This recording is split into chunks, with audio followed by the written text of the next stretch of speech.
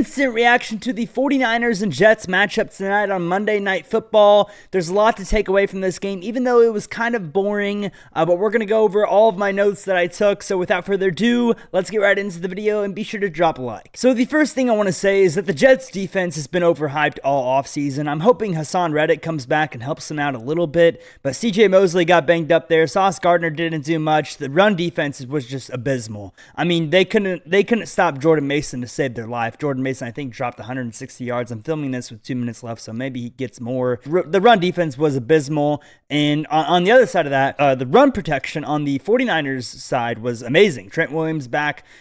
Dude, that's another note I made. Trent Williams does not need training camp. He played almost every snap. He had to get an IV in the third quarter because he played 65 snaps at that point. So, Trent Williams, we know this now. He does not need training camp. But yeah, back to my point, Jets defense was very overhyped. Brock Purdy was pretty solid today, and he kind of tore up that defense at times.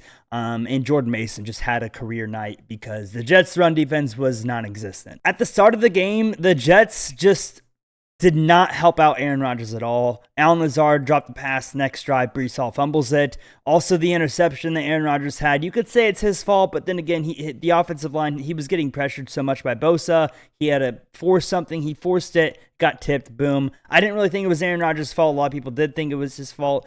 Either way, it was just an unlucky interception, and I don't think that's completely Aaron Rodgers' fault. I think Aaron played a very good game for the amount of time that he was out there, and his offense did not help him do that, have that type of game. He should have had 250 yards, but also the Jets' run defense prevented him from even getting the opportunity to have 250 yards. I thought Tyron Smith was pretty good, but definitely showed some age. He wasn't moving as fast as he did last year with Bosa on the edge, but then again, Tyron Smith's matchup every week isn't going to be Bosa, so I wouldn't worry too much if I was a Jets fan, but I did see some age there. But overall, I thought the Jets' O-line wasn't terrible. I just think the 49ers' D-line is the best in the league, probably top 3. So really tough matchup to start off the year. I would not overreact about that. But yeah, Jordan Mason is good. I knew this because I watched John Middlecoff. Shout out John Middlecoff. He was a former NFL scout, and he goes to 49ers training camp all the time, and he said Jordan Mason was looking good. So I picked him up on a few of my fantasy teams, and here he is, dropping 160 yards, touchdown, probably 60 receiving yards. I mean, he had a career night, like I said earlier. He tore the Jets up. Also, one thing about the Jets defense, again, they did not get really a pass rush. Purdy was under pressure only a handful of times all evening. So shout out to the 49ers offensive line, but that pass rush just could not get going. The Jets defense really struggled tonight, and I don't know if that was because they were in San Francisco, away game, first game.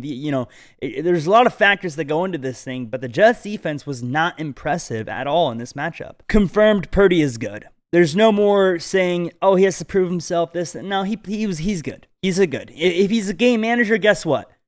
Bill Belichick called Tom Brady a game manager today. So if Brock Purdy's a game manager, then so be it. You need to manage the game to win the game. So game manager or not, Brock Purdy is a very good NFL quarterback. If you're a 49ers fan, you should be happy, and you should be ready to pay that man $55-60 million a year when it comes to it, because he's going to be your quarterback for a very long time, barring injuries. He played a good game today, didn't turn the ball over, did what he needed to do. A few overthrown passes and underthrown passes, but hey, it's the first game of the season, nothing to freak out about. I thought he played a very good game alongside of Jordan Mason. Deebo Samuel, I had it written on here as well. He still looks fiery. He still looks like he has a lot of juice in him at 28 years old. So no worries over there on Deebo's end either. Still putting his head down in every single play. I love watching him play. I wish they would have fed him more. And in this game, I'm a huge Aaron Rodgers fan, if you couldn't tell by now.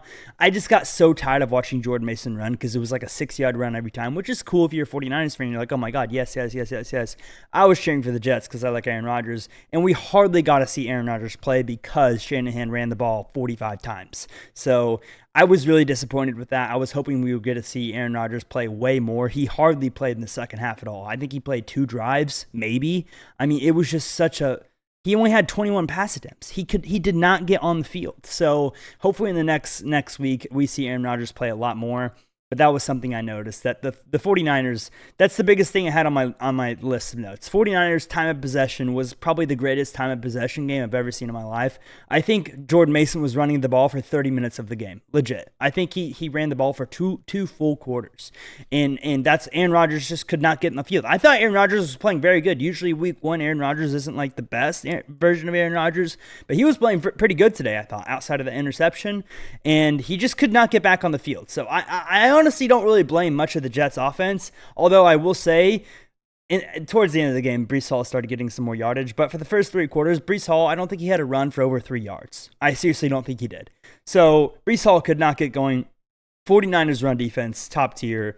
I don't think that was much of the O-line's fault either. I think Breece Hall is he just could not get going because the 49ers defense is just that good. You have Fred Warner, you have Bosa, you have Hargrove.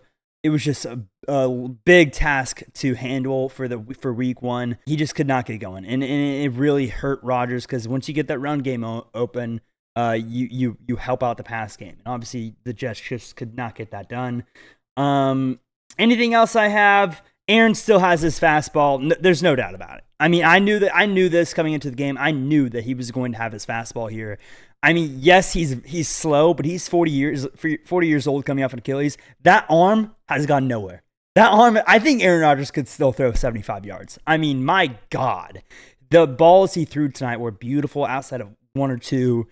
He still has his fastball. There's nothing to worry about if you're a Jets fan. And yeah, that was my takeaway for this game. It was a decent game, not the greatest Monday Night Football game we could have had. But yeah, I thought it was pretty good. Let me know what you guys think about it in the comments down below. If you guys enjoyed this video, be sure to drop a like and subscribe. And I will see you all in the next one. Peace out.